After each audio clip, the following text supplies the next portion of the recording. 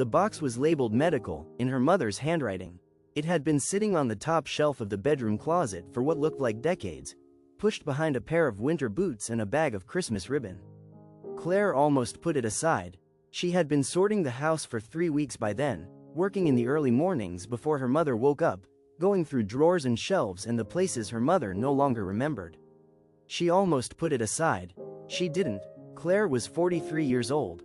Her father had died 2 years before, a stroke on a Tuesday in February, quickly and without much warning. Since then, she had been the only one. Her mother, Eleanor, had been declining for longer than that.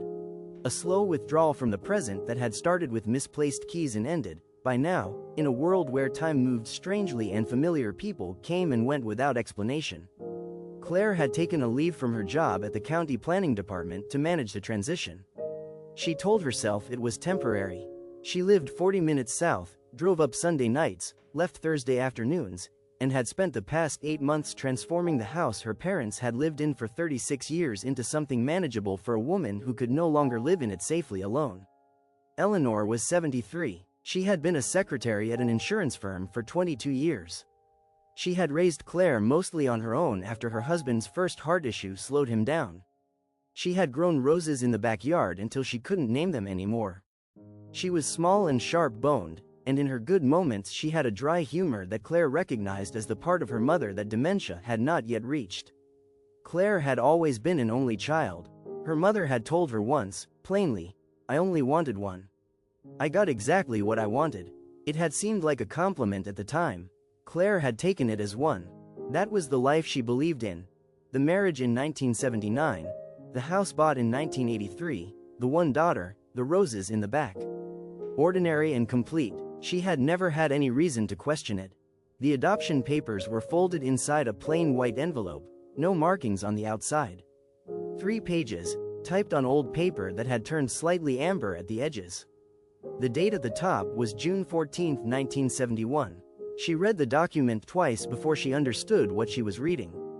A voluntary relinquishment. Her mother's name, Eleanor Marie Calvert, her maiden name, listed clearly in the party of the first part. A male infant, born June 11, 1971. Healthy, full term, 3 pages of legal language about the termination of parental rights, and at the bottom, her mother's signature, written in a hand that was younger and more careful than the handwriting Claire knew. She sat on the edge of the bed and held the papers. Her mother was asleep down the hall. It was 6 in the morning. She did the math without meaning to. 1971. Her mother had been 19. Her parents didn't meet until 1978, didn't marry until 1979. Claire was born in 1981. Whatever had happened in the summer of 1971, it had happened before any of the life Claire knew about. There was more in the box. She went through it slowly. Old receipts, a pamphlet from what appeared to be a church-affiliated home for unwed mothers in a city 2 hours north. A photograph of a building she didn't recognize, brick, 3 stories, a chain-link fence at the side. And at the bottom of the box, held together with a rubber band that snapped when she touched it, a small bundle of letters. The oldest ones were from the early 1990s, a social worker following up, a form letter from a voluntary adoption registry, a pamphlet about changing open records laws. Her mother had kept all of it, but as far as Claire could tell, had never replied to a single one. The newest letters were different. There were 3. The most recent was dated April of last year. They were handwritten, careful, not long. The name signed at the bottom was Daniel. He had found her through a consumer DNA testing service.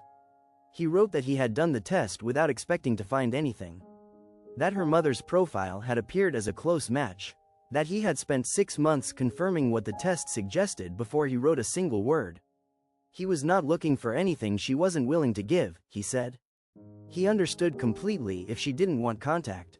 He had a wife, 2 daughters, a life that was full. He was not writing out of longing or grievance.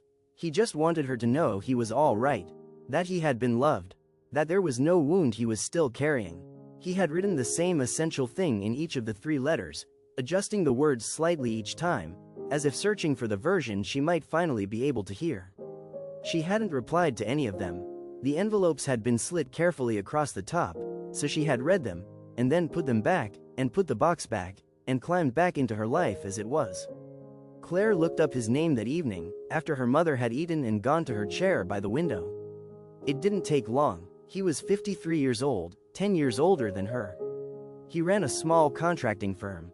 His profile had a photograph, a heavy-set man with light eyes, standing in a yard, squinting into the sun. He looked like no one in their family that she could identify at first. Then she looked longer. His eyes, the particular way they sat in his face. She had seen that in a photograph of her grandfather, a man who had died before she was born. She called the number from the letters the next morning. He picked up on the second ring. She told him who she was. There was a pause, short, controlled. "Claire," he said, not a question. He already knew her name. She wasn't sure why that surprised her. He had been looking at the edges of their family for years. Of course he knew her name. They talked for almost an hour. He was measured and careful in a way that felt practiced, like someone who had thought about this conversation many times and taught himself to stay inside its edges. He told her what he knew about his own adoption, a couple in western Pennsylvania, both gone now, a childhood he described as good and ordinary and real. He told her about taking the DNA test on a whim, about seeing her mother's name appear, about the months of sitting with the information before deciding to write. He had sent the 3 letters over 4 years. After the third went unanswered, he said, he had accepted it. He wasn't angry. He understood what it might cost someone to answer a letter like that, especially after so many decades. But he had come to the house once. He said it without apology, plainly. 2 years ago, a Sunday in October. He had driven down and parked on the street. He had walked to the end of the driveway. He stood there for a few minutes, looking at the house, at the roses in the yard that hadn't been tended in a while, and then he had left without approaching the door. "I needed to see it," he said. "I couldn't explain it better than that. I just needed to." Claire said she understood. She wasn't sure she did. She was still catching up. She asked him what he had hoped for, if she ever called. He thought about it honestly. She could tell. There was a gap before he answered. "Nothing specific," he said. "I think I just wanted someone in the family to know I had tried.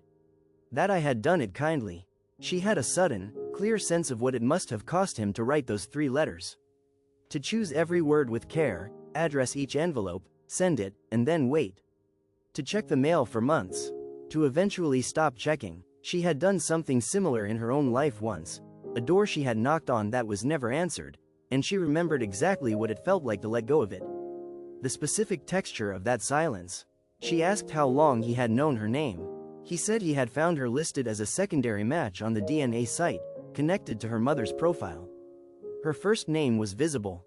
He had done a search, found what little was public, and then made a deliberate choice not to look further. He didn't want to intrude. He had decided that if contact came, it would come from their side, or not at all. He had been waiting 4 years. The call ended without resolution, which felt right. There was nothing to resolve yet. She told him she would think about next steps. He said there was no pressure, and she believed him. She sat at the kitchen table for a long time after. Through the window, the roses her mother hadn't tended in 2 years had gone leggy and wild. She had been meaning to cut them back for months. Her mother had been 19 in the summer of 1971, and she had done what many 19-year-old women in 1971 had been given very little choice about doing. She had signed the papers. She had gone home. She had rebuilt her life around what came after, built it carefully and tightly, and had kept the box on the top shelf for 54 years, through 1 marriage, 1 daughter, 2 houses, a career, a husband's death, and the beginning of her own forgetting. She had kept the letters. She had kept the photograph. She had kept every envelope. Outside, the roses were still there, waiting for someone to decide what to do with them. She asked him about the funeral. She didn't plan to. It came out of a follow-up call she made 3 days later, when she had more questions she hadn't known to ask yet. He had mentioned her father in passing, a condolence offered carefully, and she had asked how he had known. He told her. He had driven down that day too. He had stood at the back of the church, in the last pew, in a dark coat. He had stayed through the whole service. He had left before the family moved to the cars. Claire sat with that for a long time before she spoke. She thought about that funeral. The cold light coming through the high windows. The lilies her mother had chosen because her father always said roses were for the living. She tried to remember the back pew, the people she had not looked at because she had been looking forward, at the casket, at her mother's still hands in her lap. She hadn't seen him, she had no memory of him. "You were there," she said. Yes. She knew she could be angry. She considered it honestly, held it up, looked at it. A stranger at the back of her father's funeral, watching. It was not nothing, but he had taken nothing. He had sat quietly at the very edge of something he had never been part of, and then driven home alone. He had been looking for the shape of it, not an inheritance, not a seat at the table. Just a single image to carry. The family together, one last time. She thought about the 3 letters, each one careful, each one unanswered. She thought about what her mother had kept in that box, and what she had never been able to throw away. She thought about a 19-year-old woman signing her name at the bottom of a document while someone waited in a hallway outside. There was a window still open. Her mother still had good days. Still recognized her, still held a conversation if it came gently enough. The window was not wide, and it would not stay open. She made her decision. She brought Daniel on a Thursday morning in May, when the light came into the front room at an angle that made everything look softer than it was. She did not tell her mother who he was. She introduced him only as a friend, someone who had wanted to meet her. Her mother was dressed and seated and having a good morning. She still had mornings like that. Clear intervals that came without warning and passed the same way. She looked at Daniel when he came through the door.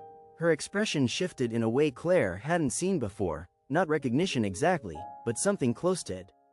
A rearrangement, something she had set down long ago, making room. He sat across from her and they talked. Carefully, gently, the way people talk when they are being careful with each other. Her mother asked about his daughters. He took out his phone and showed her photographs.